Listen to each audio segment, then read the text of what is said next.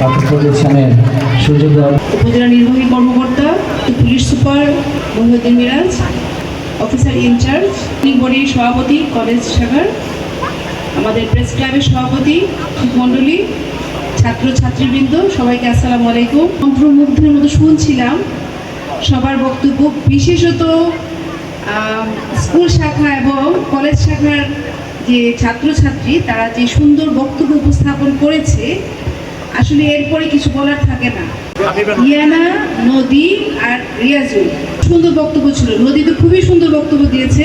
এটা দিয়ে আমি আসলে একটা দিকে আমার ভালো লেগেছে যে আমাদের ছাত্রছাত্রীরা কত ব্রাইট, এরা কত সুন্দর পড়াশোনা করে, একটা জিনিস নিয়ে কত গবেষণা করে, জানে, অনেক মেধাবী। আসলে এই বাংলাদেশে চাই যে বাংলাদেশ মেধার চর্চা করবে। আমরা চাই যে এই যে তোমরা আজকে ছোট ছোট যে যারা আছো, তোমরা কিন্তু চিরকাল ছোট থাকবে না। আমাদের এই মঞ্চে উপবিষ্ট অনেক বক্তাই বলেছেন যে তোমরাই আজ দুদিন পরে এই স্থানে আসবে, দেশ পরিচালনা করবে। তো সেটার জন্য যে প্রস্তুতি আমার কাছে খুব ভালো লেগেছে, সেই প্রস্তুতি তোমরা নিচ্ছ এবং তার ধন্যবাদ তোমাদের অভিভাবকরা যেমন পাবে তেমন শিক্ষক মণ্ডলীরও প্রাপ্য। নিশ্চয়ই তোমাদেরকে সুন্দরভাবে গাইড করেন। আজকে আমরা যে কথাগুলো, যে তিনটে টপিক নিয়ে আলোচনা করব, তাদেরকে একটি ভয়াবহ সামাজিক সমস্যা, এটাকে সামাজিক বলা যায়, এটা আমাদের শারীরিকভাবে ক্ষতি করে, সকল দিকে এটা কিন্তু একটা সমস্যা। দেখিয়েছ, তোমাদের বক্তব্যের মাধ্যমে তুলে এনেছ যে আসলে একটা মাদক। আমরা তোমাদের কাছে কেন এসেছি বলো তো? এটা তো আমরা পারতাম অন্য কোনো জায়গায় যেতে, তাই না? তোমাদের কাছে এই জন্য এসেছি যে তোমরা হলো সমাজে একটা বিবেক। স্টুডেন্টরা কিন্তু অনেক কিছু, তোমরা নিজেরা যেমন মুক্ত থাকবে এবং তোমাদের আশেপাশে যারা থাকবে তারাও যেন মুক্ত থাকে, সেই ব্যাপারে তোমাদের রোলটা তোমরা প্লে করবে, সো দ্যাট এই ঘটনাগুলো না ঘটতে পারে।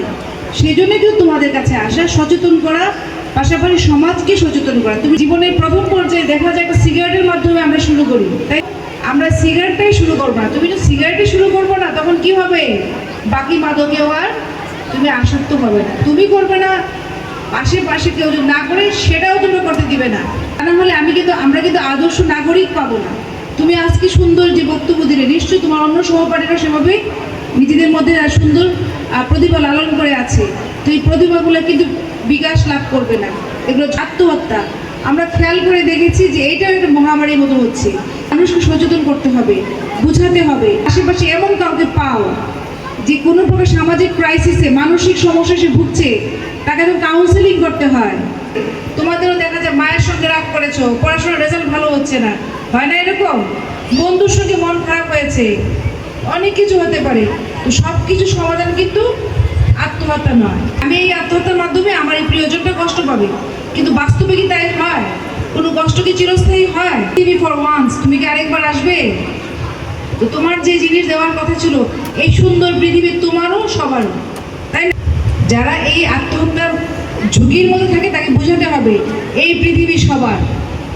সুতরাং যদি কোনো কারণে ফেইলিওর আসে, ফেইলিওর হতেই পারে, মানুষ সবসময় একবারে সাকসেস হয় না এবং সকল জিনিস সবাই সাকসেসফুল হবে না। তুমি হয়তো একটা জিনিসে সাকসেসফুল হও না, আরেকটাতে হয়তো হয়ে যাচ্ছ, সব কিছু তো সে অল চ্যাম্পিয়ন হবে না। তো যে জিনিসটা তুমি হতে পারবে সেটাই তুমি ধারণ করবে, যা তুমি হতে পারবে না তুমি আবার চেষ্টা করবে। কিন্তু কোনো কিছুতেই পিছপা হয়ে নিজেকে এরকম আত্মহত্যার মতো পাপ কাজে নিমজ্জিত করা যাবে না। এটা এক ধরনের পাপ। আর ধর্মীয় দৃষ্টিভঙ্গিতে যদি দেখি, সেটা পাপ। আমাদের আরেক বক্তা বলেছেন যে নামাজের মাধ্যমে দিন শুরু করা। হ্যাঁ, তুমি যদি ইসলাম ধর্মের হও, নামাজের মাধ্যমে করতে পারো। তুমি যদি অন্য ধর্মের হও, তোমাদের একটা প্রেয়ার আছে, সেই প্রেয়ারের মাধ্যমে দিন শুরু করা।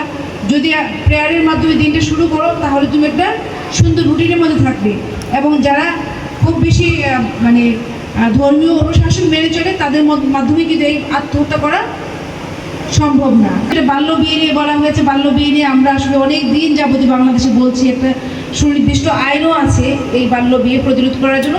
প্রত্যেকটা জিনিসেরই উপযুক্ত সময় আছে, সে উপযুক্ত সময়ে উপযুক্ত কাজটা যদি না হয়, তাহলে এর যে প্রভাব পড়ে, এটা যখন আইন করা হয়েছে নিশ্চয়ই এমনি এমনি করা হয়নি, তাই না? এসএসসি পাস করে বলে সে নিজের জিনিসগুলো বুঝতে শিখে, তার কিন্তু শারীরিক এবং মানসিক যে সক্ষমতা সেটা তৈরি হয়। খেয়াল রাখতে হবে এই অঞ্চলে বিশেষত তোমাদের বিদেশ যাওয়ার একটা প্রবণতা থাকে ছেলেদের, তাই না?